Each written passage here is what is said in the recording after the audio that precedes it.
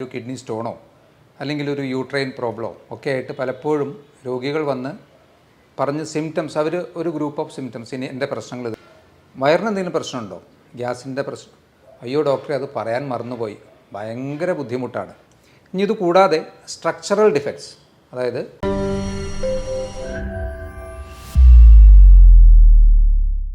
Hello friends, ഞാൻ doctor Abhiram. സാധാരണ ക്ലിനിക്കിൽ പലപ്പോഴും രോഗികൾ വന്ന് ഇപ്പോൾ ഒരു തലവേദന അല്ലെങ്കിൽ ഒരു ജോയിൻറ്റ് പെയിൻ അല്ലെങ്കിൽ ഇപ്പോൾ ഒരു കിഡ്നി സംബന്ധമായിട്ടുള്ള എന്തെങ്കിലും പ്രശ്നങ്ങൾ, മേ ബി ഒരു കിഡ്നി സ്റ്റോണോ അല്ലെങ്കിൽ ഒരു യൂട്രൈൻ പ്രോബ്ലമോ ഒക്കെ ആയിട്ട് പലപ്പോഴും രോഗികൾ വന്ന് പറഞ്ഞ് സിംറ്റംസ് ഒരു ഗ്രൂപ്പ് ഓഫ് സിംറ്റംസ് ഇനി എൻ്റെ പ്രശ്നങ്ങൾ ഇതൊക്കെയാണ് എന്ന് പറഞ്ഞതിന് ശേഷം നമ്മൾ വെറുതെ ഒരു ചോദ്യം ചോദിച്ചാൽ മതി, വയറിന് എന്തെങ്കിലും പ്രശ്നമുണ്ടോ, ഗ്യാസിൻ്റെ പ്രശ്നം, അയ്യോ ഡോക്ടറെ അത് പറയാൻ മറന്നുപോയി, ഭയങ്കര ബുദ്ധിമുട്ടാണ്.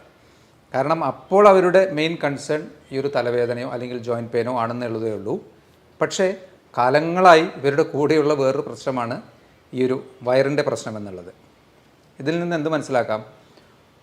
ഒട്ടുമിക്ക അസുഖങ്ങളുടെയും ഒരു മൂല കാരണം നമ്മുടെ ഒരു ഗട്ട് ഹെൽത്ത് അല്ലെങ്കിൽ വയറിൻ്റെ അവസ്ഥയിൽ വരുന്ന അല്ലെങ്കിൽ അപചയങ്ങൾ, ദഹന വ്യവസ്ഥയിൽ വരുന്ന പ്രശ്നങ്ങളായിരിക്കാം.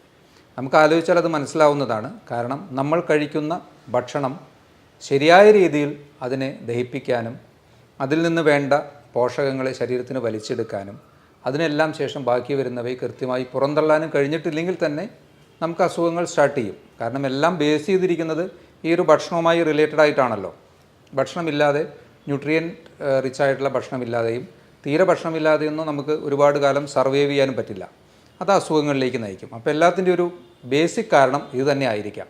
നിങ്ങൾക്ക് അധികമായി വയർ വന്ന് വീർക്കുന്നത് പോലെ, ഇടയ്ക്കിടയ്ക്ക് അധികമായ ഏമ്പക്കം, അതുപോലെ തന്നെ കീഴ്വായു, ഇതൊക്കെ അമിതമായി നിങ്ങളെ ബുദ്ധിമുട്ടിക്കുന്നുണ്ടെങ്കിൽ, അതുപോലെ കോൺസ്റ്റിപ്പേഷൻ, മലബന്ധം, ഡയേറിയ, ചില അവസരങ്ങളിൽ ഡയേറിയ, കഫം കലർന്ന മലം, ഇതൊക്കെ പോകുന്നുണ്ടെങ്കിൽ ഒരു സാധ്യത നിങ്ങൾക്ക് സിബോ, അധികം പഴക്കമില്ലാത്തൊരു ടെർമിനോളജിയാണ്, small intestinal bacterial overgrowth, നമ്മുടെ ചെറുകുടലിൽ വരുന്ന ബാക്ടീരിയകളുടെ, അതുതന്നെ മോശം ബാക്ടീരിയകളുടെ അധികമായ ഓവർ ഗ്രോത്ത് മൂലം വരാവുന്ന പ്രശ്നങ്ങൾ.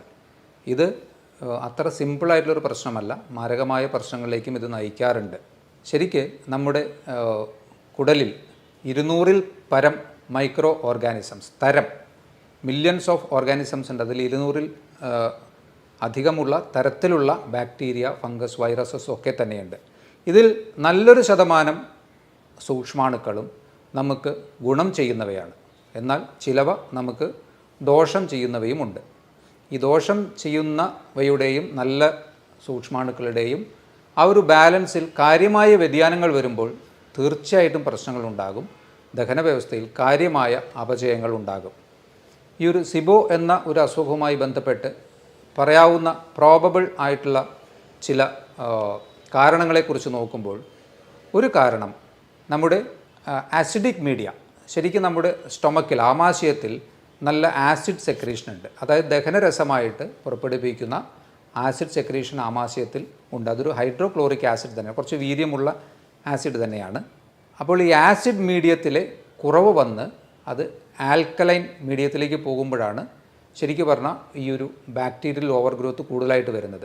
ശരിക്കും ആമാശയത്തിൽ നിന്ന് മുന്നോട്ട് പോകുന്നതിനനുസരിച്ചിട്ട് ദഹനത്തിൻ്റെ പ്രാഥമികമായിട്ടുള്ള നല്ലൊരു ഭാഗം നടക്കുന്നതും ആമാശയത്തിൽ വെച്ചാണല്ലോ. അതിനുശേഷം മെല്ലെ മെല്ലെ അത് അടുത്ത ഭാഗമായ ചെറുകുടൽ, വൻകുടൽ, അങ്ങനെ നീങ്ങിയാണല്ലോ അത് ഓരോരോ പോർഷനായിട്ട് പോകുന്നത്. അപ്പോൾ അതിലേറ്റവും കൂടുതലായിട്ട് അബ്സോർപ്ഷനൊക്കെ വരുന്നത് നമ്മുടെ ചെറുകുടലിൽ വെച്ചാണ്. അപ്പോൾ ഈ ആമാശയത്തിൻ്റെ, അതിന് ഹൈപ്പോക്ലോർഹൈഡ്രിയ എന്നാണ് പറയുന്നത്. അപ്പോൾ ഈ ആമാശയത്തിലെ pHൻ്റെ വാല്യൂ, ആസിഡിക് മീഡിയം കുറഞ്ഞ് ആൽക്കലൈൻ ആവാനുള്ള കാരണം എന്തായിരിക്കും? പ്രൊബബിളായിട്ട് നമുക്ക് കുറച്ച് കാര്യങ്ങൾ അതിൽ പറയാവുന്നതാണ്. ഒന്ന്, അട്രോഫിക് ഗ്യാസ്ട്രൈറ്റിസ് എന്ന് പറയും. അതായത് ഈ ഒരു ആസിഡ് പ്രൊഡ്യൂസ് ചെയ്യുന്ന ഗ്രന്ഥികളുടെ കാലക്രമേണയുള്ള നാശം. അതിന് എടുത്തു പറയാവുന്ന ഒരു പ്രശ്നമായിട്ടുള്ളത് ഒന്ന്, ഓട്ടോ ഇമ്മ്യൂൺ അസുഖങ്ങൾ, ദഹന വ്യവസ്ഥയിൽ വരുന്ന ഓട്ടോ ഇമ്മ്യൂൺ അസുഖങ്ങൾ ഒരു കാരണമായിരിക്കാം.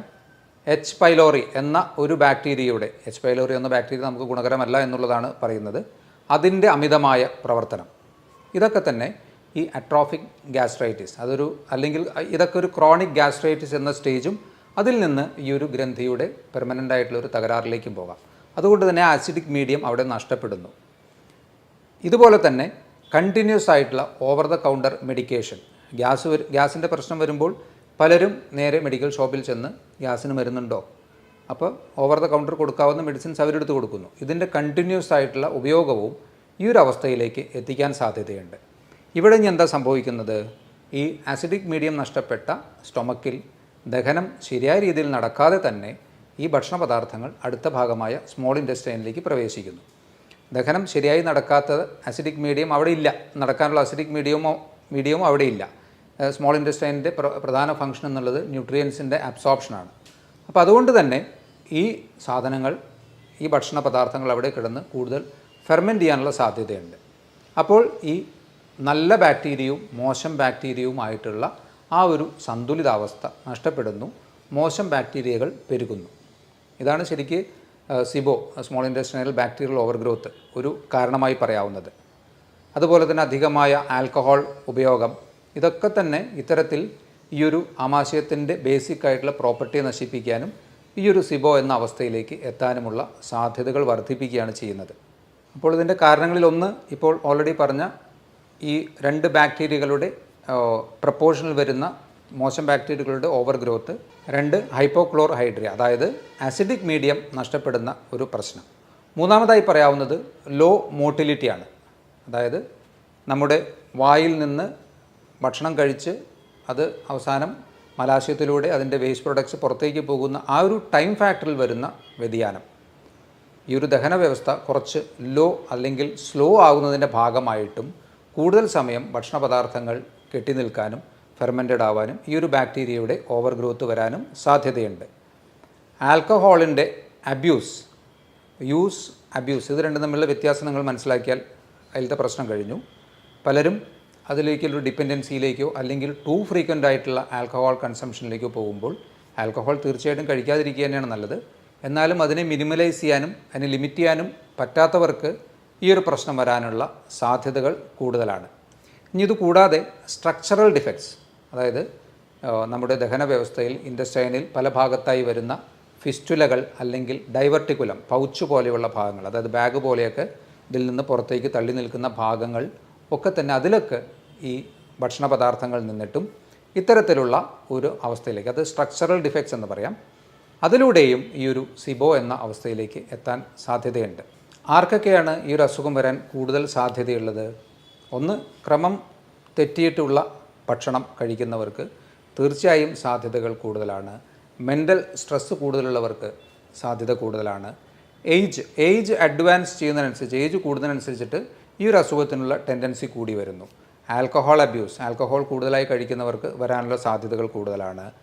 പാർക്കിൻസണിസം പോലെയുള്ള അസുഖങ്ങളുള്ളവർ, അതുപോലെ തന്നെ ഹൈപ്പോതൈറോയിഡിസം പോലെയുള്ള അസുഖങ്ങളുള്ളവർ ഒക്കെ തന്നെ ഈ ഒരു സിബോ ഡെവലപ്പ് ചെയ്യാൻ ടെൻഡൻസി ഉള്ളവർ, കൂടുതൽ സാധ്യതയുള്ളവർ എന്ന് പറയേണ്ടി വരും. കിഡ്നി അസുഖങ്ങളുള്ളവർക്കും ഈ ഒരു അസുഖത്തിനുള്ള ടെൻഡൻസി കൂടുന്നു. ഡയബറ്റീസ് പോലെയുള്ള അസുഖങ്ങളുള്ളവർക്ക്, അതുപോലെ തന്നെ ഓൾറെഡി നമ്മുടെ ദഹന വ്യവസ്ഥയുമായി പ്രശ്നങ്ങളുള്ളവർ, for example IBS, irritable bowel syndrome, ഇതും വളരെ കോമൺ ആയിട്ടുള്ളൊരു അസുഖമാണ്. ഇത്തരത്തിലുള്ള അസുഖങ്ങളുള്ളവർക്കും അതുപോലെ മറ്റ് ഓട്ടോഇമ്യൂൺ അസുഖങ്ങൾ ടെൻഡൻസിയൊക്കെ ഓൾറെഡി ശരീരത്തിലുള്ളവർക്കൊക്കെ ഈ ഒരു അവസ്ഥയിലേക്ക് പോകാനുള്ള സാധ്യതകൾ കൂടുതലാണ്. ഈ ഒരു അവസ്ഥയിലൂടെ നമുക്ക് വരാവുന്ന പ്രശ്നങ്ങളൊക്കെ എന്തൊക്കെയാണ്? ശരിക്കും ഏറ്റവും ഗുരുതരമായി സംഭവിക്കാവുന്ന പ്രശ്നങ്ങൾ അബ്സോർപ്ഷൻ ഡിഫക്ട്സ് ആണ്. നമ്മുടെ കഴിക്കുന്ന ഭക്ഷണത്തിൽ നിന്ന് അതിൻ്റെ ന്യൂട്രിയൻസിനെ, മാക്രോ ആൻഡ് മൈക്രോ ന്യൂട്രിയൻസിനെയൊക്കെ വലിച്ചെടുക്കുന്ന പ്രധാന ഭാഗമായ സ്മോൾ ഇൻറ്റസ്റ്റൈനിലെ പ്രവർത്തന തകരാറുകൾ തീർച്ചയായിട്ടും ഡെഫിഷ്യൻസീസിലേക്കാണ് നമ്മളെ നയിക്കുന്നത്. അതിൽ തന്നെ ഇപ്പോൾ നിങ്ങൾ അകാരണമായി നിങ്ങൾക്ക് കൈകാലുകൾ തരിപ്പ്, നിങ്ങൾ നല്ല ഗ്യാസിൻ്റെ പ്രശ്നമുള്ള ഒരാളാണ്, കുറേ വർഷങ്ങളായിട്ട് ഈ ഒരു പ്രശ്നമുള്ള ആളാണ്, കാലക്രമേണ നിങ്ങൾക്ക് മറ്റ് പ്രശ്നങ്ങളൊന്നും നോക്കുമ്പോൾ, ഫോർ എക്സാമ്പിൾ ഒരു ഡയബറ്റീസ് ഇല്ല, അല്ലെങ്കിൽ മറ്റ് പ്രത്യക്ഷത്തിൽ വേറെ നിങ്ങൾക്ക് പ്രശ്നമൊന്നുമില്ല, പക്ഷേ നിങ്ങൾക്ക് കൈകാലുകൾ തരിപ്പ്, കടച്ചിൽ, അല്ലെങ്കിൽ സൂചി കൊണ്ട് കുത്തുന്ന പോലെയുള്ള ചില ടൈപ്പ് ഓഫ് സെൻസേഷൻസ് ഇതൊക്കെയുണ്ട്. ടെസ്റ്റ് ചെയ്യുമ്പോൾ ചിലപ്പോൾ നിങ്ങൾ B12 ഡെഫിഷ്യൻ്റ് ആയിരിക്കാം.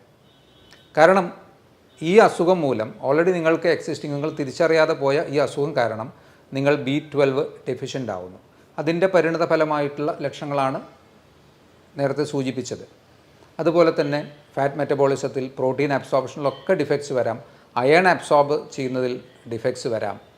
ഡെഫിഷ്യൻസീസ് ഈ ഒരു അസുഖത്തിൻ്റെ ഒരു വലിയ പ്രശ്നമാണ്. അതുമൂലം തന്നെ എന്തുണ്ടാകാം? വെയിറ്റ് റിഡക്ഷൻ ഉണ്ടാകാം. ന്യൂട്രിയൻസിനെ ശരിയായ രീതിയിൽ ശരീരത്തിന് അബ്സോർബ് ചെയ്യാൻ പറ്റുന്നില്ലെങ്കിൽ സ്വാഭാവികമായിട്ടും വെയിറ്റ് റിഡക്ഷൻ ഒരു ചാൻസ് ആണല്ലോ. അപ്പോൾ വെയിറ്റ് റിഡക്ഷനുള്ള സാധ്യതകൾ കൂടുന്നു. കാലക്രമേണ ഇത് മറ്റ് അസുഖങ്ങളിലേക്ക്, ഓരോ ഡെഫിഷ്യൻസി ഓരോ തലങ്ങളിൽ അതിൻ്റെ സിംറ്റംസ് കാണിച്ചുകൊണ്ടിരിക്കുമല്ലോ. അപ്പം അത്തരത്തിൽ ഗുരുതരമായ അവസ്ഥകളിലേക്ക് ഈ ഒരു സിബോ വളരെ സിമ്പിളായിട്ട് നമുക്ക് ഗ്യാസിൻ്റെ പ്രശ്നം എന്ന് പറഞ്ഞ് ഒഴിവാക്കാൻ പറ്റാവുന്നതല്ല പലപ്പോഴും വയറുമായി ബന്ധപ്പെട്ട പ്രശ്നങ്ങൾ. അതുകൊണ്ട് നമ്മുടെ ശരീരത്തിൻ്റെ പ്രാഥമിക ഫങ്ഷൻസ് നിർവഹിക്കുന്ന അല്ലെങ്കിൽ കഴിക്കുന്ന ഭക്ഷണത്തിൽ നിന്ന് നമുക്ക് വേണ്ട കാര്യങ്ങൾ ചെയ്തു തരുന്ന കുടലിൻ്റെ പ്രവർത്തനം കൃത്യമാണോ എന്ന് വിലയിരുത്തേണ്ടത് ആവശ്യമാണ്. അതാണ് ഈ പറഞ്ഞ കാര്യങ്ങളെല്ലാം കാണിക്കുന്നത്. അപ്പോൾ നിങ്ങൾക്ക് ഇത്തരത്തിലുള്ള അമിതമായ വയറ് വീർത്ത് കിട്ടുന്ന അവസ്ഥ, പുളിച്ചു തേട്ടൽ, ഏമ്പക്കം, കീഴ്വായു, ഇടയ്ക്കിടയ്ക്കുള്ള വയറുവേദന, ഈ പ്രശ്നങ്ങളൊക്കെ ഉണ്ടെങ്കിൽ കുറച്ചുകൂടി ഒന്ന് കരുതിയിരിക്കുന്നത് നല്ലതായിരിക്കാം. ഈ ഒരു കണ്ടീഷനെ നമുക്ക് എങ്ങനെ മാനേജ് ചെയ്യാൻ പറ്റും? ഭക്ഷണത്തിൽ തന്നെയായിരിക്കുമല്ലോ ആദ്യം ശ്രദ്ധിക്കേണ്ടത്. കാരണം പ്രൈമറിലി ആ ഭക്ഷണത്തിൽ വന്ന പ്രശ്നങ്ങളും അതിലൂടെ ദഹന വ്യവസ്ഥയിൽ വന്ന അപജയങ്ങളുമാണ് ഈ ഒരു അവസ്ഥയിലേക്ക് നയിച്ചത്. അപ്പോൾ അതുകൊണ്ട് ഭക്ഷണത്തിൽ ആദ്യം ജങ്ക് ഫുഡ് കംപ്ലീറ്റ് ആയിട്ട് ഒഴിവാക്കുക, പഞ്ചസാര ഉൾപ്പെട്ടത് കംപ്ലീറ്റ് ആയിട്ട് ഒഴിവാക്കുക. കുറച്ച് ഫൈബർ അധികമായി കഴിക്കേണ്ട ആവശ്യമില്ല, എന്നാൽ തീർത്തും അവോയ്ഡ് ചെയ്യേണ്ട ആവശ്യമില്ല. ഫൈബറിൻ്റെ അളവ് ഒന്ന് മോഡറേറ്റ് അളവിലേക്ക് ആക്കുക. ഈ ഒരു പ്രശ്നമാണെന്ന് വിചാരിച്ച് ഫൈബർ മാത്രം കഴിച്ചുകൊണ്ടിരിക്കേണ്ട, അതിൻ്റെ ആവശ്യമില്ല. ഫൈബറിൻ്റെ അളവ് ഒന്ന് മിനിമൈസ് ചെയ്യുന്നതും നല്ലതായിരിക്കാം. ആൽക്കഹോൾ യൂസ് ഉണ്ടെങ്കിൽ കംപ്ലീറ്റ് സ്റ്റോപ്പ് ചെയ്യുക. സ്മോക്കിംഗ് ഉണ്ടെങ്കിൽ അത് കംപ്ലീറ്റ് സ്റ്റോപ്പ് ചെയ്യുക. അതുപോലെ തന്നെ ഇപ്പോൾ ഒഴിവാക്കേണ്ട കാര്യങ്ങൾ നമുക്ക് മനസ്സിലായി. ഇനി നിങ്ങൾക്ക് വയറിൻ്റെ ദഹന വ്യവസ്ഥയെ എപ്പോഴും സഹായിക്കുന്ന ഘടകങ്ങളാണ് പ്രോബയോട്ടിക്സ്. അതായത് നല്ല ബാക്ടീരിയകൾ ഉണ്ടാക്കാൻ കഴിവുള്ളതും അത് ഉൾപ്പെട്ടതുമായിട്ടുള്ള ഭക്ഷണങ്ങൾ. അതിൽ പ്രോബയോട്ടിക് ആയിട്ടുള്ള ഇപ്പോൾ കേട് പോലെയുള്ള അതൊക്കെ നമുക്ക് അവൈലബിൾ ആണ്. അല്ലെങ്കിൽ നിങ്ങൾക്ക് വീട്ടിൽ തന്നെ നല്ല ബാക്ടീരിയകളെ ഉണ്ടാക്കാൻ കഴിയുന്ന ചില സാധനങ്ങൾ നമുക്ക് വാങ്ങിക്കാൻ കിട്ടും. അതിനെ നിങ്ങൾക്ക് അതിലെ ഇൻസ്ട്രക്ഷൻസ് അനുസരിച്ച് പ്രിപ്പയർ ചെയ്ത് അതിൽ മില്യൺസ് ഓഫ് ബാക്ടീരിയ പെർ ഇത്ര ml എന്ന ഒരു കണക്കിൽ നമുക്ക് ഉണ്ടാക്കാൻ പറ്റും. അത് കഴിക്കുന്നത് തീർച്ചയായിട്ടും ഇത്തരത്തിലുള്ള പ്രത്യേകിച്ച് ഓട്ടോഇമ്യൂൺ ടെൻഡൻസികളോ അല്ലെങ്കിൽ ഇതുപോലുള്ള സിബോ പോലെയുള്ള അസുഖങ്ങളൊക്കെ ഉള്ളവർക്ക് നല്ല രീതിയിൽ ഗുണം ചെയ്യുമെന്നുള്ളതാണ്. അപ്പോൾ അതൊന്ന് നോക്കി നിങ്ങൾക്ക് ആ രീതിയിൽ ചെയ്യാവുന്നതാണ്. തൈര് പോലെയുള്ള ഭക്ഷണങ്ങളൊക്കെ നമുക്ക് ഭക്ഷണത്തിൽ ഒരു മോഡറേറ്റ് ലെവലിൽ ഉൾപ്പെടുത്താം. അതുപോലെ സിട്രസ് ഫ്രൂട്ട്സ് ഫെർമെൻറ്റ് ചെയ്യാനും അതുപോലെ നല്ല രീതിയിൽ ബാക്ടീരിയകളെ ഉണ്ടാക്കാൻ കഴിയുന്ന ഒരു മോഡറേറ്റ് അളവിലുള്ള സിട്രസ് ഭക്ഷണങ്ങൾ തീർച്ചയായിട്ടും കഴിക്കാവുന്നതാണ്. ഇനി നിങ്ങൾക്ക് ഒട്ടുമിക്ക ആൾക്കാരും പറയും പയറുവർഗ്ഗങ്ങൾ കഴിച്ചാലാണ് പ്രശ്നം, പരിപ്പ് വർഗ്ഗങ്ങൾ കഴിച്ചാലാണ് പ്രശ്നം. പലപ്പോഴും അത് തന്നെയാണോ പ്രശ്നം എന്ന് ഒന്ന് കൺഫേം ചെയ്യുന്നത് നല്ലതായിരിക്കാം. അതിന് നമുക്ക് എലിമിനേഷൻ മെത്തേഡ് ഉപയോഗിക്കാം. ഇപ്പോൾ നിങ്ങൾക്ക് പ്രശ്നം എന്ന് തോന്നുന്ന ഭക്ഷണങ്ങളിൽ നിന്ന് നിങ്ങൾ ഒരു മാസം കംപ്ലീറ്റ് ആയിട്ട് അതിനെല്ലാം സ്റ്റോപ്പ് ചെയ്ത് വയ്ക്കുക. അപ്പോൾ നിങ്ങളുടെ അവസ്ഥ എന്താണെന്ന് നോക്കുക. ആ സമയത്ത് നിങ്ങൾക്ക് നല്ല ആശ്വാസം കിട്ടുന്നുണ്ടെങ്കിൽ തീർച്ചയായും ആ ഒരു ഗ്രൂപ്പ് ഓഫ് ഭക്ഷണങ്ങളിൽ ചിലത് നിങ്ങൾക്ക് പ്രശ്നമായിരുന്നു എന്ന് ഉറപ്പായി അല്ലേ. ഇനി എല്ലാം പ്രശ്നമാണെന്ന് പറയുന്നത് എങ്ങനെ നമുക്ക് റീടെസ്റ്റ് ചെയ്യാം? ഓരോന്നായിട്ട് 1-2 ദിവസം വെച്ച്, ഇപ്പോൾ പരിപ്പാണ് നിങ്ങൾക്ക് പ്രശ്നമെങ്കിൽ പരിപ്പ് ഒരു മാസം ഒഴിവാക്കി, ഒരു മാസം കഴിഞ്ഞ് പരിപ്പ് ഉൾപ്പെട്ട ഒരു ദാൽ കറി പോലെയുള്ളത് 2 ദിവസം കഴിച്ചു നോക്കുക. നിങ്ങൾക്ക് സിവിയർ ആയിട്ടുള്ള സിംറ്റംസ് വീണ്ടും റീസ്റ്റാർട്ട് ചെയ്യുകയാണെങ്കിൽ നിങ്ങൾക്ക് ഏകദേശം ഉറപ്പിക്കാം ആ പരിപ്പ് ഒരു പ്രശ്നമായിരുന്നു എന്നുള്ളത്. അപ്പോൾ അത് ഒഴിവാക്കാം. എല്ലാം ഒഴിവാക്കണ്ട. അപ്പോൾ എല്ലാം ഒഴിവാക്കുമ്പോൾ വരുന്നൊരു പ്രധാന പ്രശ്നം നമുക്ക് ഡെഫിഷ്യൻസീസ് അതുകൊണ്ട് തന്നെ വരുമല്ലോ.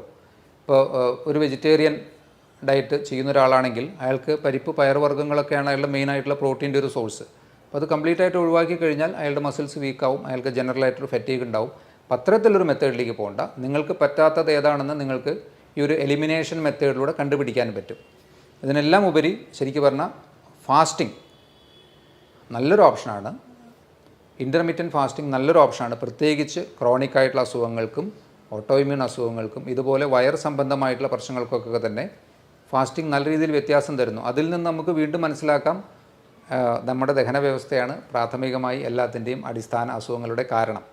കാരണം ഫാസ്റ്റിങ്ങിലൂടെ നിങ്ങൾക്ക് വയറിന് ആശ്വാസം കിട്ടുന്നു, അതിനോടൊപ്പം തന്നെ മറ്റ് അസുഖങ്ങൾക്കും വ്യത്യാസം കിട്ടുന്നു. ഇൻ്റർമീഡിയറ്റ് ഫാസ്റ്റിംഗ് ഇത്തരത്തിലുള്ള അസുഖങ്ങൾക്കൊന്ന് പരീക്ഷിച്ച് നോക്കാവുന്നതാണ്.